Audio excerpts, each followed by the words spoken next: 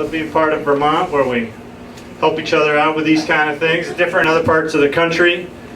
See different things. Recently I was in New York. I went to one of these big mega malls. I saw two stores that I'd never seen together. It made me think of things. I don't know if you've seen these two stores next to each other, but one was the Gap. If you've been to the Gap, you know it just says Gap. It doesn't say the on there. And then that was on the right. And on the left was Victoria's Secret. So if you look up, it said Victoria's Secret Gap. She's trying to keep it a secret. She should wear something else than that frilly underwear, I think.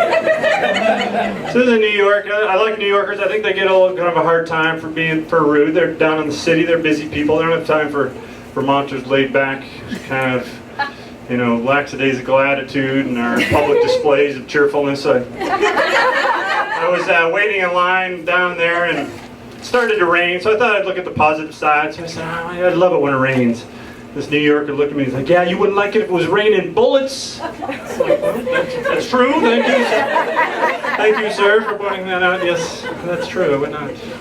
But I don't think it's that they're pessimistic. I think they're optimistic people because they're pretty, you know, confident folks. But that's just too cheerful to be only optimistic. So they're kind of pessimistically optimistic, I think. So for example, if you put out a glass of water, fill it up halfway, or a glass of liquid or whatever, and it said, hey, is this half full or half empty? They'd say, it's half full. But they wouldn't leave it at that, because that's just too cheerful. So they say, it's half full of warm urine. That's my New York jokes. So do we have a lot of people with kids here? No. Yeah? Awesome. I got 3 kids, learned a lot from them. You know, in our society, holy shit, okay. In our society a lot, we equate partying with drinking, and vice versa. If you drink a lot, you party a lot, vice versa. But I found that's not the case. So I found out who parties off the charts all the time. They're always partying, and they don't drink at all, because they're 3-year-olds. I don't know if you've been to a 3-year-old birthday party lately, but you should go. It's a little awkward if you haven't been invited, but you should go anyway. The 3-year-olds won't care. Let me describe a typical 3-year-old party if you haven't been recently. You walk in, there's usually a couple party goers that are just taking off their pants. They're like buck naked, running around. The other 3-year-olds, they don't care. It totally unfazes them at the party. You go further into the party, there's usually a party goer passed out. It's the middle of the day.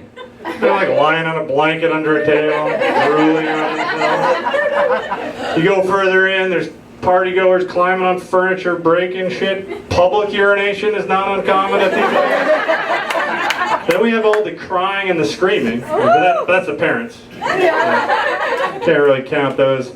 But I have seen this on more than one occasion. One of the party goers will just reach over and bite like another guest on the back or something, and they have no explanation for it. You go there, like, whoa, what's going on?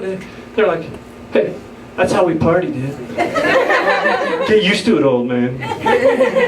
So next time you really want to party, tell your friends, like, we're going to party like a 3-year-old. Try to keep up. Yeah, and I've had these 3 kids, you know, raised them from babies, of course, and I've learned the expression, you know, sleeping like a baby. So after I have a good night, I say I slept like a baby. And by that I mean I woke up crying every 2 hours, wet the bed 4 times, and then shit the bed. My wife doesn't like it too much. But I just give her the old Donald Rumsfeld quote, which is, you go to bed with the husband you have, not the husband you wish you had.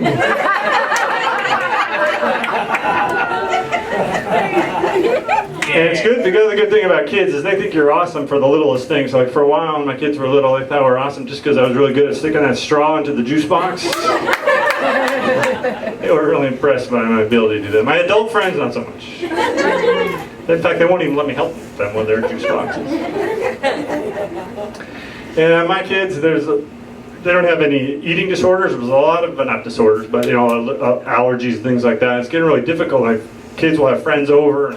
One can't have gluten, one can't have dairy, one can't have food that has the letter W in it. It's like, you can't keep it all straight. Especially with gluten, it's just like, everything is labeled as gluten-free. Now they have gluten-free things that never had gluten in it. You can get gluten-free orange juice, and gluten-free watermelon. The other day at the co-op, I even saw they had gluten-free gluten. And before the show, I was over here at the Rite Aid, and they had gluten-free condoms. I was like, I didn't know you were supposed to eat those. I've been using that product wrong for years. Maybe that's why I got 3 kids. So any churchgoers here? No. One, yeah, that's typical. That's Vermont. You know, Vermont is the least religious state of all the states, which I think is awesome. But I ended up marrying somebody who goes to church, so we go to church quite often, but he comes up with weird conversations because nobody else goes to church. So often somebody's like, "Hey, Andy, you want to go fishing tomorrow?" And I'm like, "Yeah, oh no, tomorrow I'm going to church." And they're like, "Church? Are people still doing that?" I'm like, "Well, yeah, a few of us." And they're like, "Wow, but hey, it's our day off. It's Sunday. Let's go fishing." They're like, "No, Sunday is the day that we do church. It's been that way for a few years now." And it's like, "Well, where do they do that at?" "At the church, you know, that big white building with a cross on it in the middle of town." "Oh, that place. I thought that was just for meetings and concerts." So you guys like to pee in the shower? Yes. Yeah, I like that reaction. You guys should try that at your next party. Just ask people that. You get good reactions. So I didn't even know about peeing in a shower until my sister accused me of it when I was a kid. She just came up to me and said, "Hey, Andy, you better not be peeing in the shower." I'm like, "Whoa, I'm not peeing in the shower. That would be wait, is that an option?" If so, that is awesome. "Thanks for the tip, sis. You just saved me 2 minutes off my morning routine." Turns out I don't have a problem with peeing in the shower if done properly.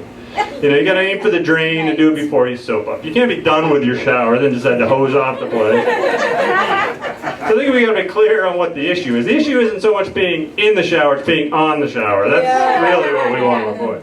Do you think women that get mad if guys pee in the shower would want us to pee in the shower? Because we're so bad about peeing in the toilet. Well, yeah. And if this was basketball, here we are standing right over the basket and we can't seem to sink a shot. We're hitting the rim. We're trying to use the flipped up lid like a backboard on it. Urine is getting everywhere down there. It gets gross. And guys don't like to clean toilets, we know that. And I found something interesting about women recently, it turns out. It turns out that women also don't like to clean toilets. I was just as surprised. All right, that's it for me. Thanks a lot.